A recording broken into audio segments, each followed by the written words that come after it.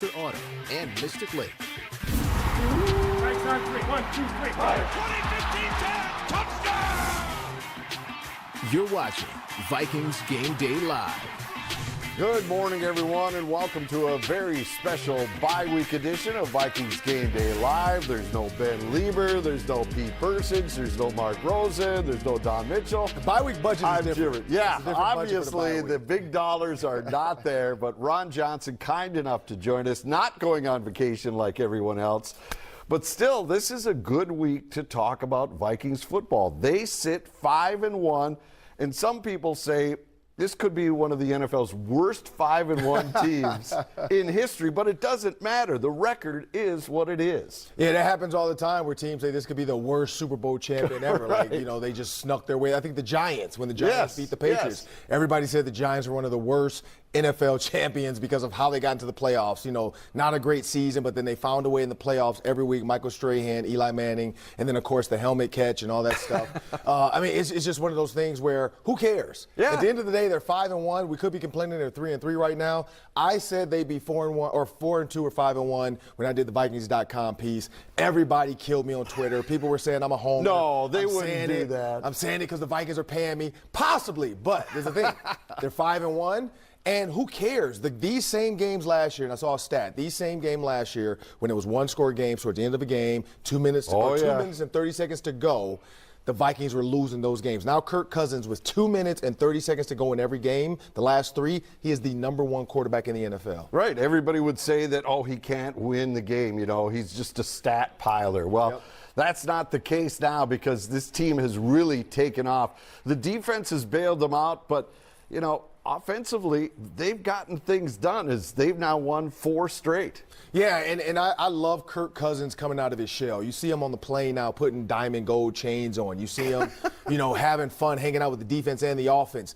That's things that Kirk Cousins didn't do. Kirk Cousins looks a lot more comfortable. He looks comfortable in his own skin. It looks like a coach that's allowing him to be him. We always talk about mental health, and mental health is huge. You cannot deny that if there's somebody constantly telling you you're not getting it done, I probably didn't want you, right? Blah, blah, blah, blah, blah. You know, you got to go to him every time you make a big play and say you like that. I love the fact that when Kirk Cousins had an issue during the game, he was, you know, cursing out, not cursing, probably freaking out. Dang. And you saw Kevin O'Connell come and calm him down and say, hey, it's okay. We'll get this route figured out. Somebody screwed up. It's okay. I don't think that would have happened before. They would have been focused on the defense on the field. Kirk Cousins would have had to figure out a way to deal with it on his own. Kevin O'Connell is not just his coach. He's his counselor. Right. And he's his friend. He's a guy that's been with him at Washington. So it's a huge help to have a guy like that in your quarterback's ear. Yeah, it has to be just because of the numbers we've seen to this point. Now, Kurt talked about how this team has been able to get things done defensively as well, because there have been times that the offense hasn't got it done. And he's made it a point now to try to not put the defense in those situations. Take a listen. It's funny because I went into the game saying, you know, you want to take pride in, hey, we want to give our defense a rest down here in the heat in Miami. Let's stay on the field. Let's convert their downs. Let's have some long drives. Let's put our defense with the wind at their back. And we did the complete opposite, you know, and so that was disappointing, but somehow, some way, our defense just kept answering the bell and standing up and giving us the ball back with great field position. So made enough plays to win, and I have the feeling, I think so many people on our team do as well, we need to be a lot better.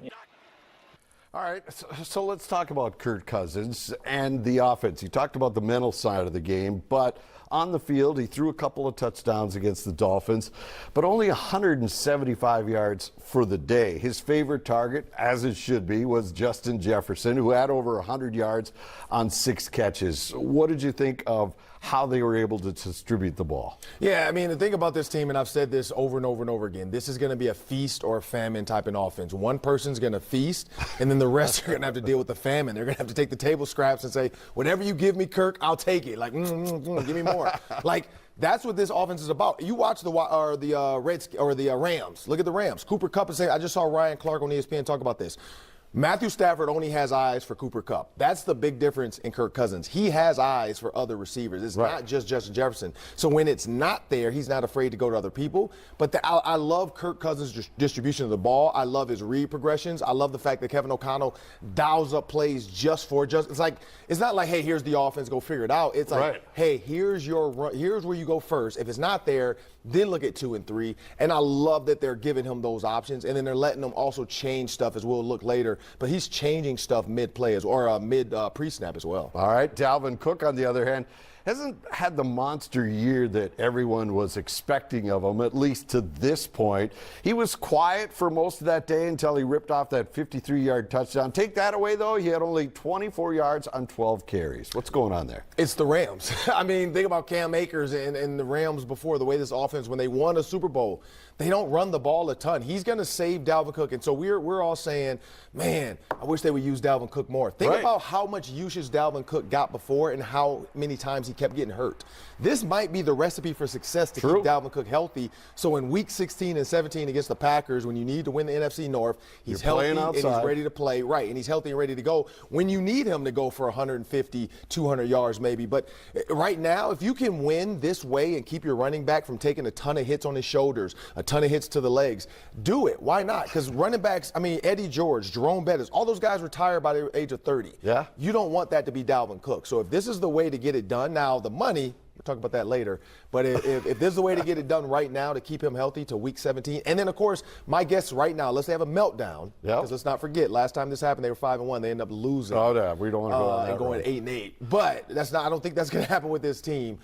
But you want your running back healthy down the stretch of the playoffs. All right, Ryan Wright is the man, and he had to be last Sunday. A league-high tying 10 punts, including a punt that may have changed the game, a 73-yarder out of his own end zone. It's not often you can say a punter is a weapon, but Ryan Wright, could he be classified as that? Yeah, he's fighting for the punt god title right now. Like, I mean, to boom a kick like that where you got Tyreek Hill running backwards, to pin a team, I mean, basically Greg Coleman always says it's like flipping the field. I mean, it is. You're flipping the field. So if you're able to flip the field that way where they think you're kicking from the shadow of your own goalpost, we're going to get great field position, and then you do that, that's a huge boost to your defense, too, because in their mind, as a defensive coordinator, I'm like, what do I need to play and call when I know we're going to be at maybe the 40? Now you're like, whoa, we're at the 10? Okay, great. Let's go after them. And then for the offense, same thing, vice versa. The Miami Dolphins are coming out and they're like, crap, another 80-yard drive we need to score. And so the more yards you have to put between that end zone and that other offense, it's great because it's a blade of grass in the NFL. 1 to 2 yards can change a game, and we've seen that happen with this team. And on top of that, he's an old quarterback. We've seen that. He can throw out of that situation as well. All right, a blockbuster trade announced Thursday sent one of the best running backs in the league to the Bay Area. Christian McCaffrey goes to San Francisco, saying forever done with what he has done in Carolina. And he was grateful, though. He was very qualified and happy with what happened there. But let's go around the league and some of the big talkers in the NFL. With the trading deadline just 9 days away, we see McCaffrey going there. The Niners were 1 win away from the Super Bowl a year ago. Their defense seems to be back. Do you like this move, or did they pay too much? I do like it when you think about you need a sustainable running back. Their game is built now without Trey Lance. They're going to be built on a run game with, Jimmy Garoppolo. And so they don't want him to have to throw to win games. They want to do what they do, which is run the ball with a bevy of running backs. Now they added one of the better ones and a guy that can run screens and do some of the other things. Now, he has been hurt in the past, and the 49ers have gotten a lot of their running backs hurt. So that, to me, didn't seem right because I'm like, you're going to a team that for some reason all the running backs get hurt, and then you bring in a hurt, guy who prone gets hurt, yes. running back. So we'll see. Maybe a change of space, a change of place is what's best for him. And a lot of guys do get a resurgence of their career. But it's weird. It's going to be weird because I'm so used to seeing him in that Carolina uniform. All right, another big name that's out there. You don't have to trade for him. Right. Odell Beckham Jr., all kinds of rumors circulate about where he may go. including the Vikings. Would he be a good fit here with Justin Jefferson? They do have a relationship with each other. Well, he told the Rams, I don't want that first offer you gave me. And then all of a sudden now Sean McVay comes out and says that's not the last offer. So, one, why would you lowball him if you know that's not your last offer? Right, I look and at he was your guy. Yeah, I look at it like buying a house. Give me your best and your highest. Like, don't come to me with crap. And so they came to him with crap. So hopefully he's maybe scorned. And he's like, you know what, screw this. I don't care what you offer me now. I'm going to go with my friend Kevin O'Connell. He helped me out last year with the Rams and that offense. I know the offense now. I know what Kirk Cousins can do. You put Justin Jefferson, Odell Beckham, KJ Osborne, and Adam Thielen on the field because we know Kevin O'Connell wants to go 4 wides. That's scary. Right. And so that could be one of those one and done. Let me go win me another Super Bowl. And I don't see why not. Well, and the Vikings would know what they're getting. That's the big key. I think it's not the wild card where how he's going to fit in here. They know what he expects because O'Connell knows him, JJ knows him, so you should be good there. All right, plenty more to come here on Vikings Game Day Live. Pete Persich, before he left us some video to look back. He's going to look at Justin Jefferson's first half dozen games, break down some key plays as we get in the Vikings film room. Plus, the best of Mike Up, and these are great because it really gives you some insight into how this Viking team works on Sundays. From Kirk Cousins to Justin Jefferson, inside access, what you don't get on TV when you're watching on Sunday. But you are now watching Vikings Game Day Live.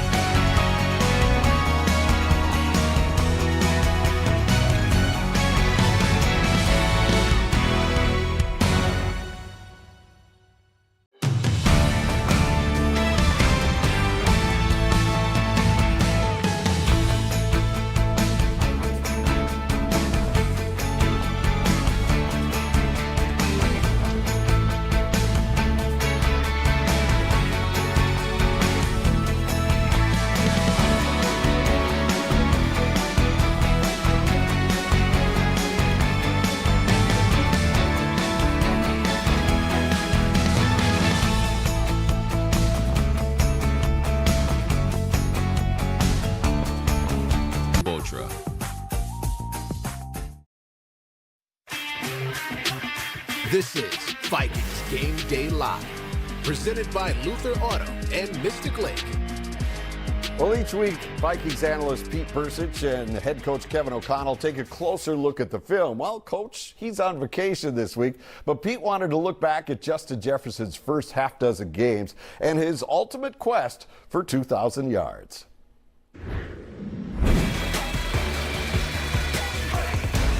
Straight drop. Fires over the middle. Caught. J.J. Justin Jefferson skies in the air and makes the catch. Dives for the end zone. Touchdown! And J.J. is killing them again. Now, Justin Jefferson made some headlines and raised a few eyebrows earlier this year when he said that he wanted to eclipse the 2,000-yard receiving mark. Well, how's he doing thus far? At his current pace, he's only going to fall about 143 yards short. But let's take a look at the film and find out how Justin Jefferson has gotten to where he is now and what needs to happen for him to get to that magic 2,000. All right, when we take a look at the film, I think a few things stand out. Number one is not just Justin Jefferson and how explosive of a receiver he is, but just how well everyone around him is playing. And on this first play, and you'll see Jefferson down here at the bottom of your screen in the slot, comes inside the nickelback and then works toward the middle of the field. Now, the great part about it is that once he makes that break, he's really not open. He has two safeties sitting right on either side of him, but he continues that route, breaks it off, if you will, toward the sideline, and Kirk Cousins is able to drop that football right where he's going. Now, we got to take a look at the end zone because that is so important. First of all, as soon as Cousins fakes this handoff, look at the middle of the field. Ezra Cleveland one-on-one on the left side. You've got the center and the right guard on the right. Look at the middle of this field and how wide open it is for Kirk Cousins to step up. You're going to see Justin Jefferson check out of that backfield. He is covered right between those two safeties. Cousins just sees that huge area to the right, throws this thing, throws the receiver open. I think that's the key. It's just an amazing play. And oh, by the way, he catches it in stride. All right, another example of Justin against the Green Bay Packers. I just love it when he does this against the Packers, but you see him on the bottom of your screen.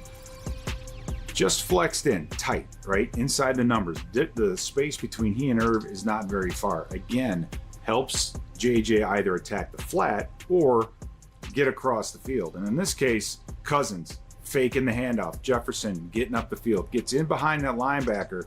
But when you see the space between he and the corner, it's about 6 yards. You can't give Jefferson that much room. He breaks across the middle of the field, and oh, by the way, runs himself right behind Adam Thielen, who's streaking up the field. There's the big hole, and when Jefferson catches this, there's not a Packer within 10 yards. So a beautiful route design. Great job by Cousins delivering, again, the ball to JJ while he's on the move. All right, this play is a little bit different. You'll see Cousins, empty formation. Justin Jefferson, again, at the top of your screen. What's different about it is that the Packers choose to blitz. And the protection, again, just absolutely outstanding. But you see Jefferson at the top of your screen. He gets off the ball. No one touches him. But see KJ Osborne, again, down the middle of the field, forcing this safety to not only squeeze down on Jefferson crossing the field, but also fighting through traffic. And by the time Jefferson gets to the numbers, he is wide open. But the great point about this one is when we look at the end zone, you'll see 51 step in the screen a little bit late. He's rushing up the middle. Great job by the guards, by the tackles. Cousins is clean. That's a 5-man rush. Cousins is able to step up and throw this thing right where JJ is going. Again, throwing him open. Now, a little bit of a twist this time. Jefferson motioning over to the bottom of your screen. This is against New Orleans Saints when he'd been jammed a little bit, right? So you get him to move around. It makes it a lot harder for corners to roll up and jam a guy when he's shifting or when he's motioning or when he's moving. But if you watch JJ at the bottom of your screen, he works his way up the field. And as he's going across, he sees the linebacker dropping. He's just going to work himself off the bottom of that linebacker. And when JJ catches this thing, again, not a guy within 10 yards. But also, great protection on the front end. Nice job by this offensive line, keeping Cousins clean, allowing him to step up. Now, this one's a little bit different. And you'll notice as this defense gets to the line of scrimmage, they got a lot of guys around the ball, right? They got a lot of guys threatening blitz. But if you watch Justin Jefferson at the top of your screen, he has Marshawn Lattimore rolled up on him. But at the snap of the ball, Lattimore doesn't do anything to slow down JJ. But the most incredible part of this is just exactly when Cousins throws his football. When that thing leaves his hand, Jefferson is about 7 yards downfield, puts that thing right where Jefferson's going to go. He catches it in stride right over Lattimore. Just a beautiful blitz-beating route. Again, Cousins throwing him open. And when you see the protection in the end zone, you're even going to be happier because look who's in the backfield. Number 4, Dalvin Cook. And they run this little stunt. They bring the 3 technique up, loop out in defensive end, send someone off the edge. Dalvin Cook sees what's going on. He steps up, delivers a blow to the end coming underneath, which buys Cousins just enough time to get that football off. Now against the Chicago Bears, they came in wanting to play a lot of single high safety, meaning 8 guys in the box playing zone behind it. Not a good idea against Justin Jefferson. You're going to see exactly why. You're watching this film, KJ Osborne all the way at the top of your screen, Justin Jefferson in the slot. So you watch KJ Osborne at the top, he's just going to run a very short 3, 4, 5 yard route, hook up, gets that corner to squat. And oh, by the way, that safety's sitting in the middle of the field.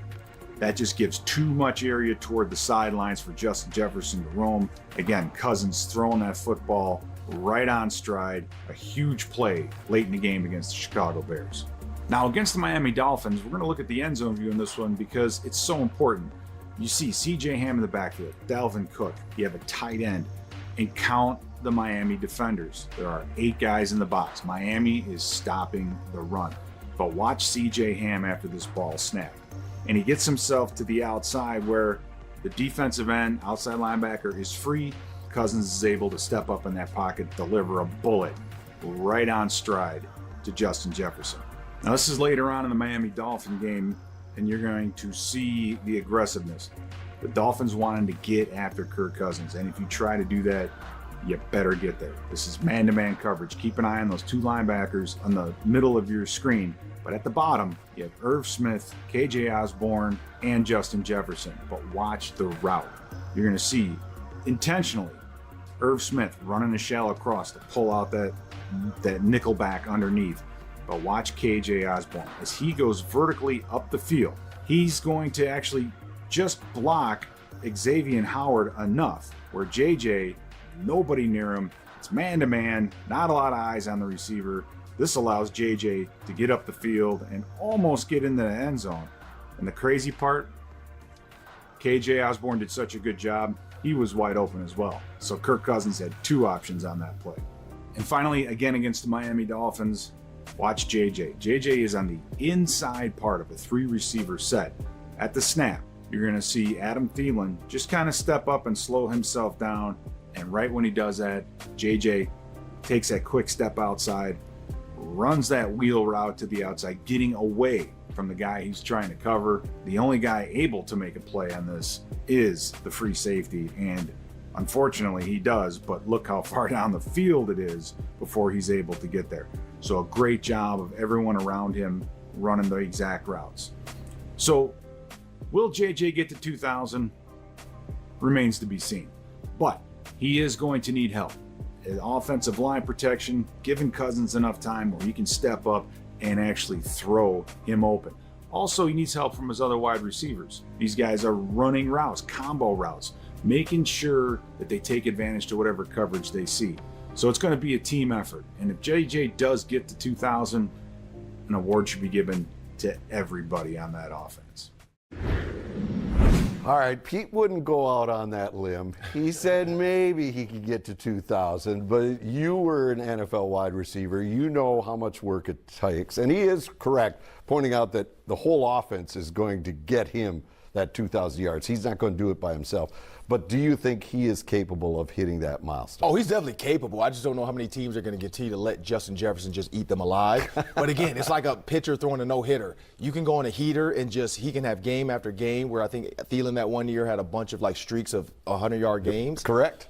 It can happen to Justin Jefferson. So if Justin Jefferson hits some kind of streak like that and gets hot down the stretch, when you look at the Washington Commanders and some of the teams he's going to face that aren't really good in the pass, stopping the pass, those could be the games where he gets that 200-yard game. That's what he needs. He needs a 200-yard game if he's going to hit 2,000. You're 100% right. All right, now make sure you download the Fox Bet Super 6 app to play at home. Vikings are playing, but still, you can play. Just download the Fox Bet app by scanning this QR code on your screen right now, and you can make your weekly NFL picks. Go after Terry Bradshaw's money. Everybody wants some of that. He's got plenty of it. All right, straight ahead here on Vikings Game Day Live. The Vikings have a few quote-unquote winnable games coming up. And then things get really interesting. We'll look ahead at what's on the Vikings schedule when we come back. You're watching.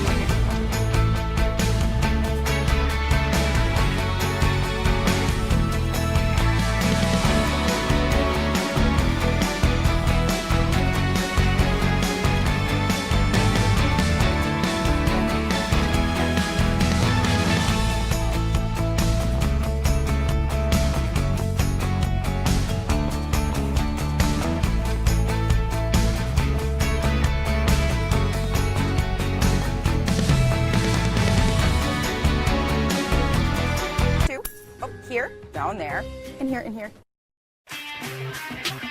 Welcome back to Vikings Game Day Live, presented by Luther Auto and Mystic Lake. Welcome back to Vikings Game Day Live. Vikings are off, but we are not. Ron Johnson, we should say, is not off. The rest of the guys, well, They're sleeping in or in a hammock somewhere in the Bahamas beach. or something. Yeah. Exactly. All right, so we're getting you set for Packers and Commanders. Oh, come on, Commanders. Do another favor for us in about 90 minutes right here on Fox 9. But first, let's look what the Vikings have in the next couple of weeks. Ron, this is kind of entertaining here. The next two are those ones that they call quote-unquote winnable games. Home against Arizona next week and then at Washington. But then it gets tricky at Buffalo. Bills are arguably the best team in the NFL, now taking down the Chiefs and the Cowboys. They should have Dak Prescott back if he can stay healthy. So, Ron, let's start with the winnable ones. Kyler Murray struggled at times this season to get the offensive rolling, but he did put up 42 on New Orleans, although Andy Dalton had a hand in 14 of those points.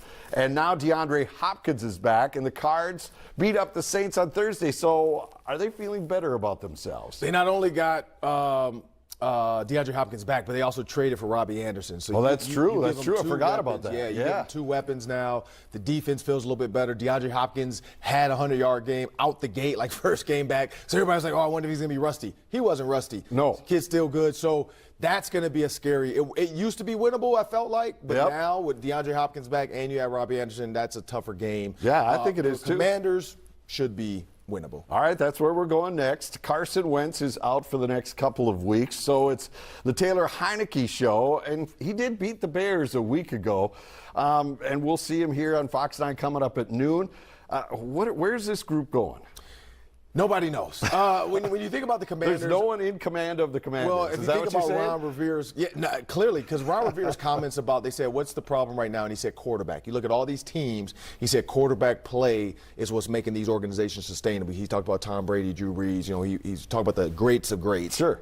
Peyton Manning. And so he kind of threw his quarterback under the bus. Some people are saying he meant it as like, I've been having to change quarterbacks every year, which is true.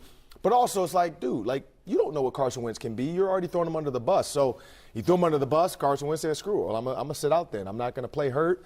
Get Taylor Heineke in and let's see how you do now. Yeah, that one should be an easy one, but you're right, that Arizona game is going to be a bit tricky to say the least. Speaking of scary contests, the Vikings have to go to Buffalo to face a Bills team that looks really unstoppable right now, especially when they have the ball. And from there, the Cowboys come to town, and their defense has been winning some games while they have the quarterback issues. So many fans ask, what has to happen here in those two games? How difficult, how important are those two on their schedule? I'm not going to ask you if the Vikings are going to win, but how important is it for the Vikings to look good in those games? Yeah, I mean, you got to compete. You got to be able to show that you are the team who you say you are. You got to show that you deserve to be at the top of the NFC North.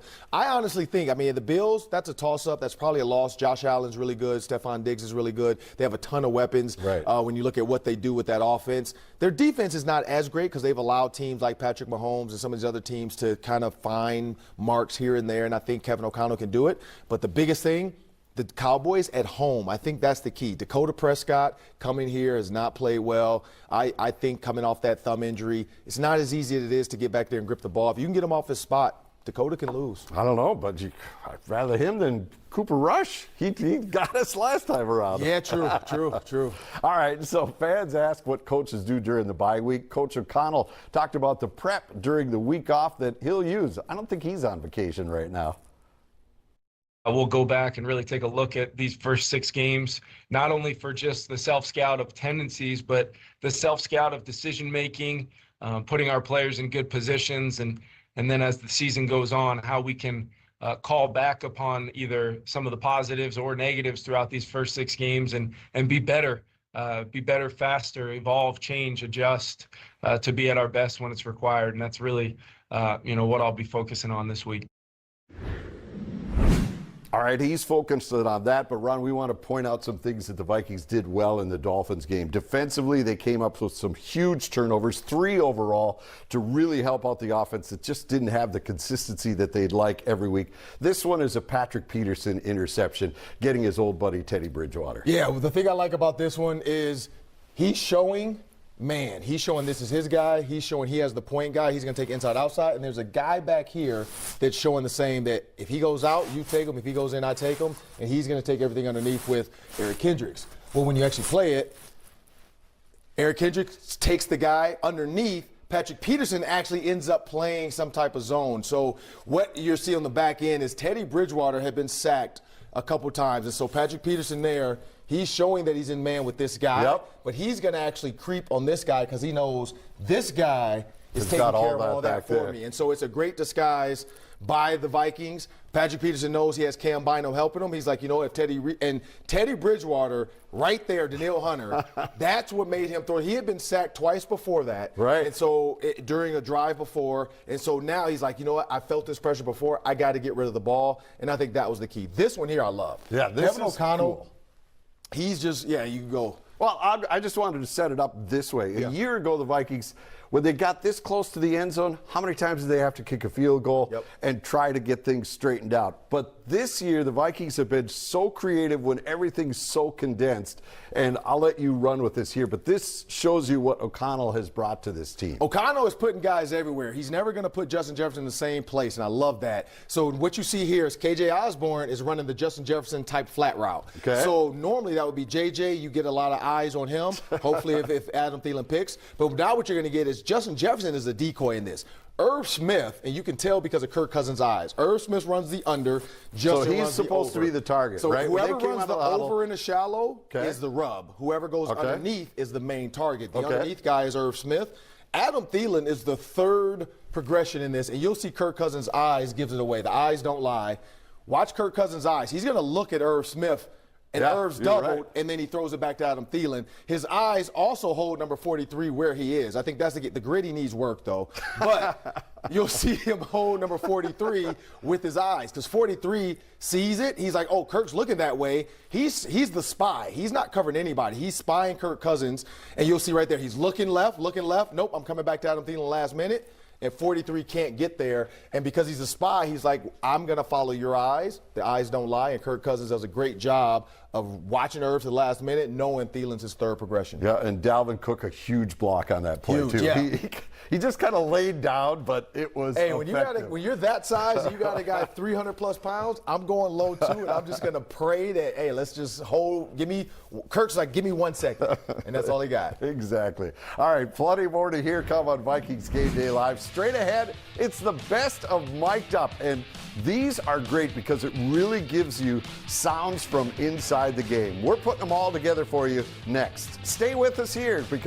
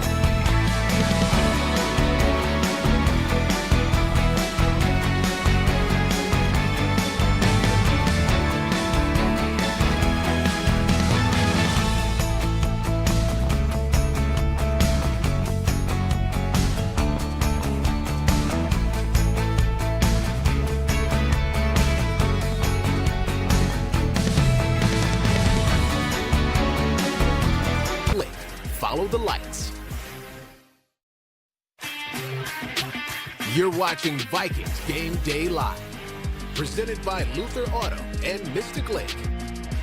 Welcome back to Vikings Game Day Live. The sounds of the game can really give you a chance to hear some of the strategy and the emotion that goes into the game each and every Sunday. This year, several Vikings have been mic'd up during the actual game, and here are some of the best sounds that you have not heard from the first 6 weeks.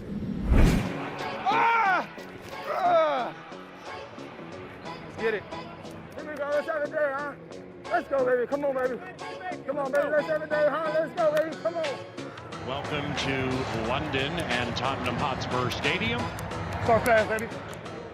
All right, DK, let's do this, baby. Hey, I'm hot. I'm hot. Hey, I'm hot. I'm hot. I'm hot. One route. Ready? Go that way. Say hut. Nice. Ready, Asher? Say hut. All right, bud. Love you. Let's get it. It's that time. Let's get it. Go ahead. Time of day. Appreciate you, Coach. Yes, sir. Yeah, I got you, Coach. No let up. Yep. One play at a time. Hey, we got to go, man. We got to go.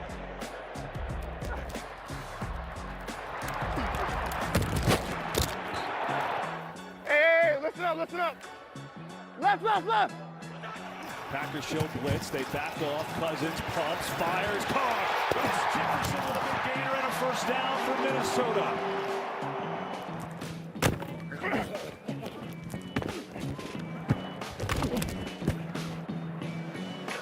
Dang, I lost my freaking finger already.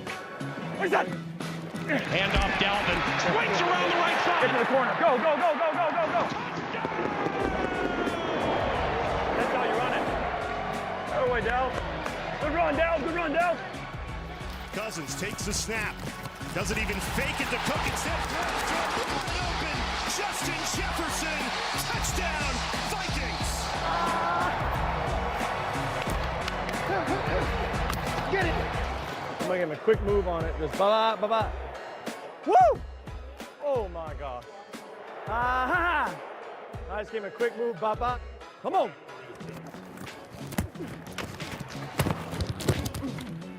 Yep. I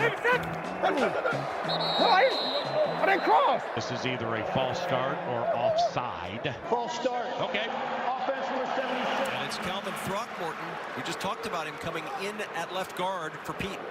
Oh, he went off of Kendricks. Hey, I wasn't even trying to jump. I just took my step to drop.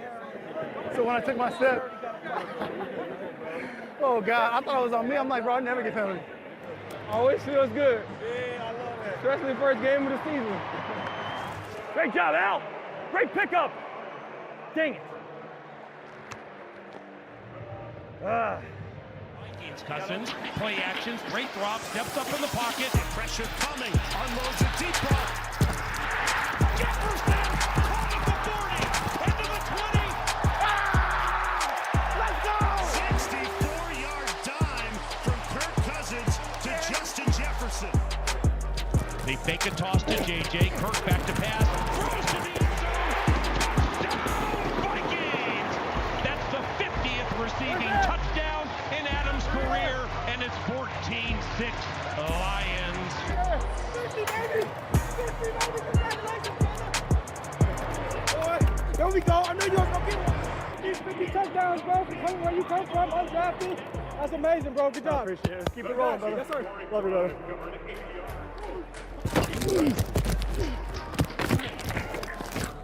Yes, sir. Yes, sir. Yes, sir. Yes, sir. 3rd and 2. Cousins looks that way. Going in the end zone. Is he in? No. Jefferson got his hands on it. Couldn't bring it in bounds. Only if your foot was a little bit bigger. Give me them size 15, you know it. I need my rival wife. Hold on. Inside. Thank you. Is this candy? There's a juice Remy gave me. Is this candy? All right, man, gotta respond. Let's go. Go ahead, JJ. Wait, done. Backwards pass to Jefferson. Throwback for Dalvin Cook. With blockers in front and a first down.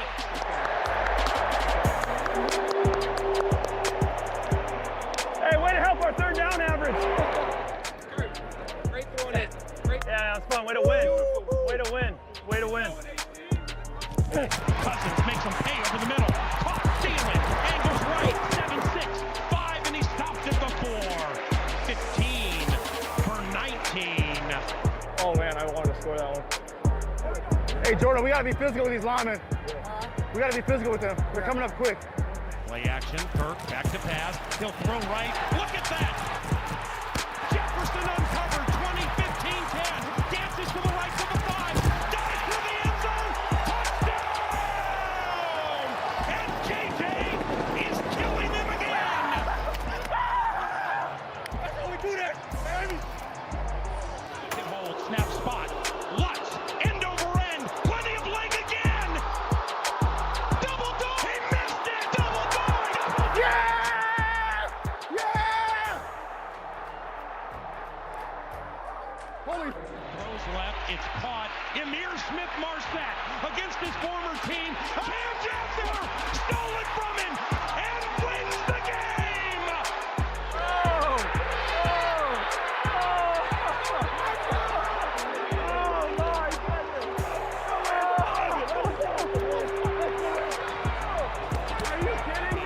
Have beaten the Green Bay Packers and done so rather soundly. Best player on the field today. Appreciate you. Appreciate you, Ryan. Let's go! Let's go! Let's go!